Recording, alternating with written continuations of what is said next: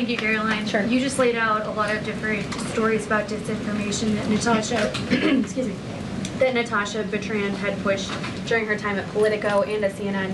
Why would any member of the Trump administration leak anything to her?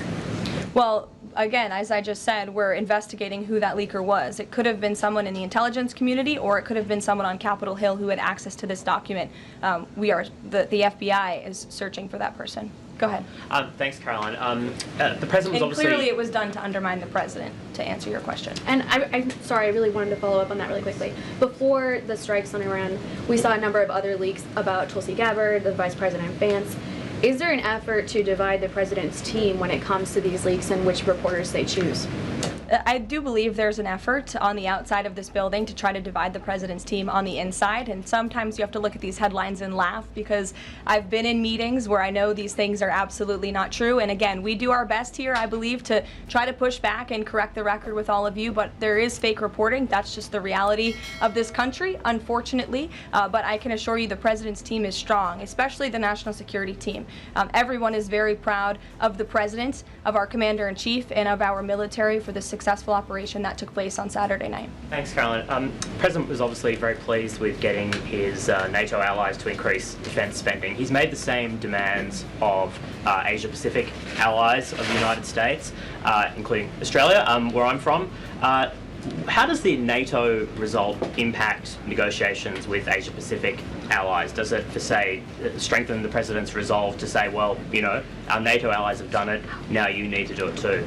Yeah, I mean, look, if our allies in Europe and our NATO allies can do it, I think our allies and our friends in the Asia-Pacific region can do it as well. But as for our specific relations in those discussions, I'll let the president speak on those. And can I just ask as well, when he had to leave the G7 early, he missed out on a number of bilateral meetings that were scheduled with other world leaders, including the Prime Minister of Australia.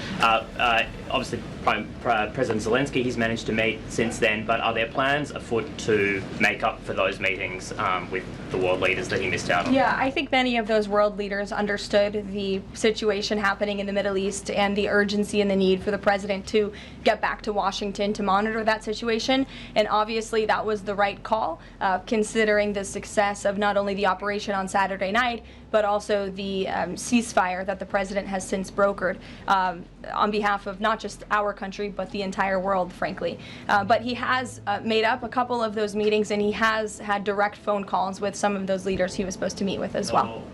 Not all. Ed. Oh, yeah, thanks, Caroline. So to clarify on trade, so what happens to the countries other than China on July 9th? That's a decision for the president to make, and I will let him make it. Okay, and secondly, so now that oil is just about upper $60s a barrel, when's the administration going to start refilling the Strategic Petroleum Reserve? That's, again, a decision for the president to make and our Secretary of Energy. There's no imminent plans to do that, from what I understand. But as you have seen with the plummeting of oil prices in this country, it's because this president and our Department of Energy have really tapped into our resources here, and we have an increase of supply, unlike the previous administration that totally hampered our domestic energy efforts, but totally robbed and drained our strategic petroleum reserves. So when the time is right, the president will make that decision, but right now we are utilizing the resources that God blessed us with right here in our country to produce energy for our people. Yeah, one more, on the One Big Beautiful Bill, does the president believe the parliamentarian of the Senate should be removed?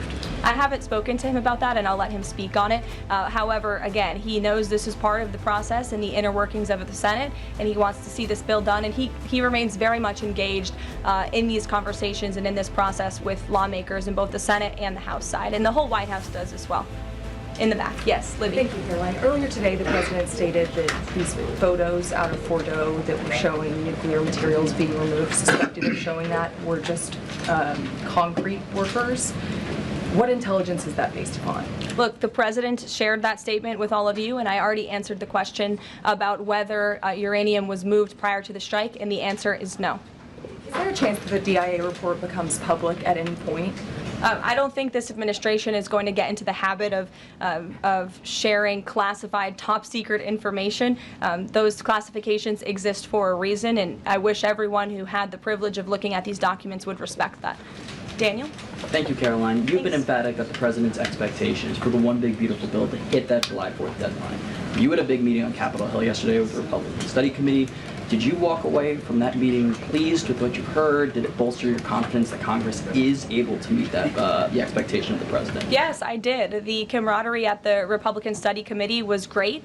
Members, expressed, their feelings about the bill, but as we saw, the bill passed through the House despite many people believing it could not. So the House is ready to receive this bill back from the Senate so they can pass it and bring it to the president's desk. So it was a great meeting, and Republicans are very unified. And we also talked about the mayoral race in New York City and how the victory of the Democratic primary candidate really shows how far left and unhinged the Democrat Party has become.